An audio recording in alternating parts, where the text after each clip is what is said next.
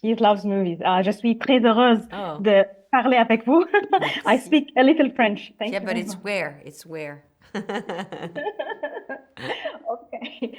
Melanie, I love the film so Oh, much. cool. It was amazing. What I loved about it is a Bonnie and Clyde tale, but it's also told from a very sensual, a very sentimental, or a very emotional point of view. Because I think we need more female directors to direct tales, crime and passion and, like fighting and stuff like that. So I want to know, what did you bring to the story, which on the surface could be just another hero, someone going living an outlaw life. What did you bring from your sensual self to it to make it this passionate?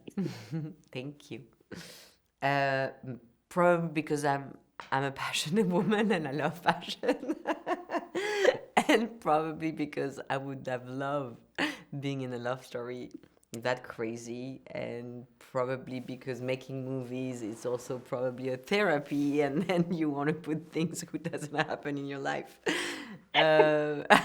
So as a therapy, yeah, people on the road and taking risks all the time and playing with death and having sex everywhere and having drinks and smoking cigarettes and having fun and dance and yeah. Um, where are those years? What happened to the world right now when before AIDS, the 80s were like insane about like freedom and violence also obviously we never had a break about any wars in the world, but something was yeah was crazy alive, you know. And um and I think it's a fantasy probably for me to just shoot something like this. And then true story, true events, obsessed with that guy because he was a poet and an anarchist, and the French people forgot about that guy when we never forgot about the bad ones. So the question about metaphysical almost question and philosophy question about like why are we always forgetting about the good ones? Um, why the really big gangsters are icons almost, and and then I had that opportunity, which was a really big thing for me, to talk about a woman and not just the girlfriend, um, the woman, the ultimate woman who just like wait outside, drive. She's the big driver. Um, she's almost like more masculine than he's feminine, and I'd love to just like put some balance in that relationship and that couple to be like, yeah, she makes fun of him. She's not impressed. Yeah, I love them. That's true. She always keeps him on his toes, even in the relationship. And all the scenes between them were back and forth and wonderful. And I can't believe that Leah, this is her first time in front of the camera. Yeah. I mean, she was wonderful. She was wonderful. How did you deal with her being, this is the first time? What did you do? Well, it's something that I love to do, to be honest. Like, this is what I love the most about being a director, was when you reveal someone. Because I'm an actor and I know how it feels to be revealed and how it feels to suddenly, you know, having like a movie when you are kind of every day filmed, and I know the chance it is and how you need to embrace that uh, chance. And sometimes it goes quickly in many actors, when you feel, and you should be wrong because it's not true, when you feel like maybe yeah, it's done, it's gonna work forever, then you're losing a sort of energy, and you're losing the passion about being on set. And when you reveal someone and when you give a chance to someone, those people are so happy to be here, and they give you something that it's gonna be special for sure. And she was the best on tape. Like, I didn't force myself to choose someone not famous because I had like many choices, but she was the best one. And then I watched my casting director and I said, "What did she do again? Other movies?" And he just smiled and say, "You're gonna love it. Nothing." And I was like, "Wow, okay." Oh, okay. So Lucas, okay, I loved him as Bruno. And I want to know because you showed him a very, very mischievous, funny side, but also a very vulnerable side.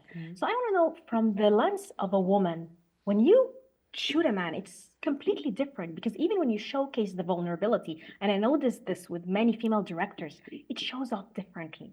So how did you work the rapport between you two to create the character, but also to bring out more from him? Because he already established as Emily in Paris guy, but we wanted to see more of his darker but also vulnerable side here. I think it's part of the job of being a director, and this is probably the very exciting parts of it. It's you write a story, you write a script, and then you choose someone. And then when you choose an actor, you're gonna use everything from him or she, and then you're gonna play with it. And I'm very protective because I'm an actor. So my nickname is Mama. So I'm like, I really want them. First thing I want is for everybody to feel like very confident and happy to be here. So then you have like people who just feels happy, and then when you have confidence and it's like a real relation with everybody, then you can just like start to film them as they are sometimes, like there is a lot of improv in my movies always, and I'm keeping always 30% of improv in the movie at the end. So I don't know, like Lucas is smoking because Bruno was not smoking, so Lucas is smoking, and then he just like literally taking the sun, and then I'm gonna take the camera and I'm just gonna say stop smoking, and then and then it's in the movie. So all those moments of vulnerability, comment on dit?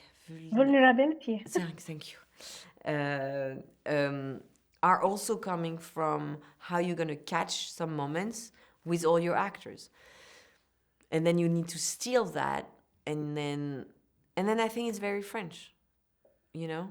I think it's a very French way to film also movies, because coming from Piala, but Piala was, I don't think everybody was super happy and relaxed on his sets, but you can have like a relaxing set and then using that. But I think it's very French to also use life.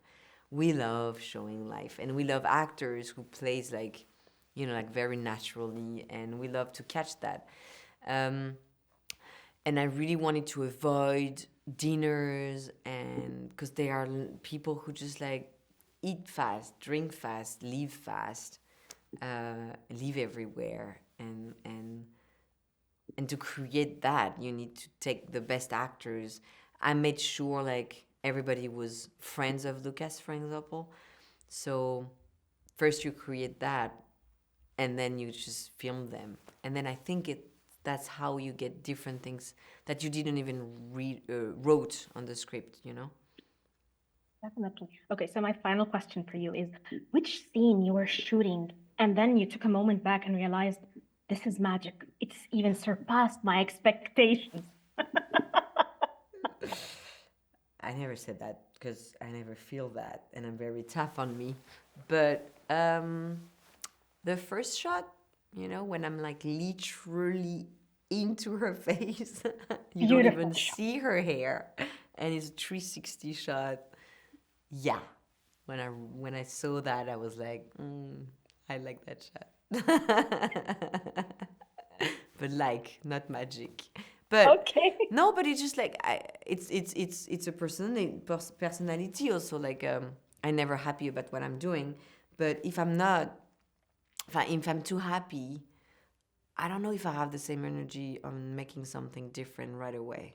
The only thing that matters for me is the opposite. Like every time I'm finishing a movie, it doesn't say that I'm not exciting on set, because I'm always excited.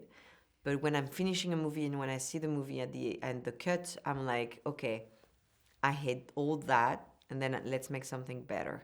And it's challenging myself all the time, because the day I will think I did magic, I should stop maybe working.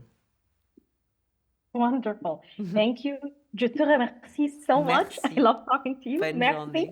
Merci. Okay, au revoir. Thank you. Bye bye.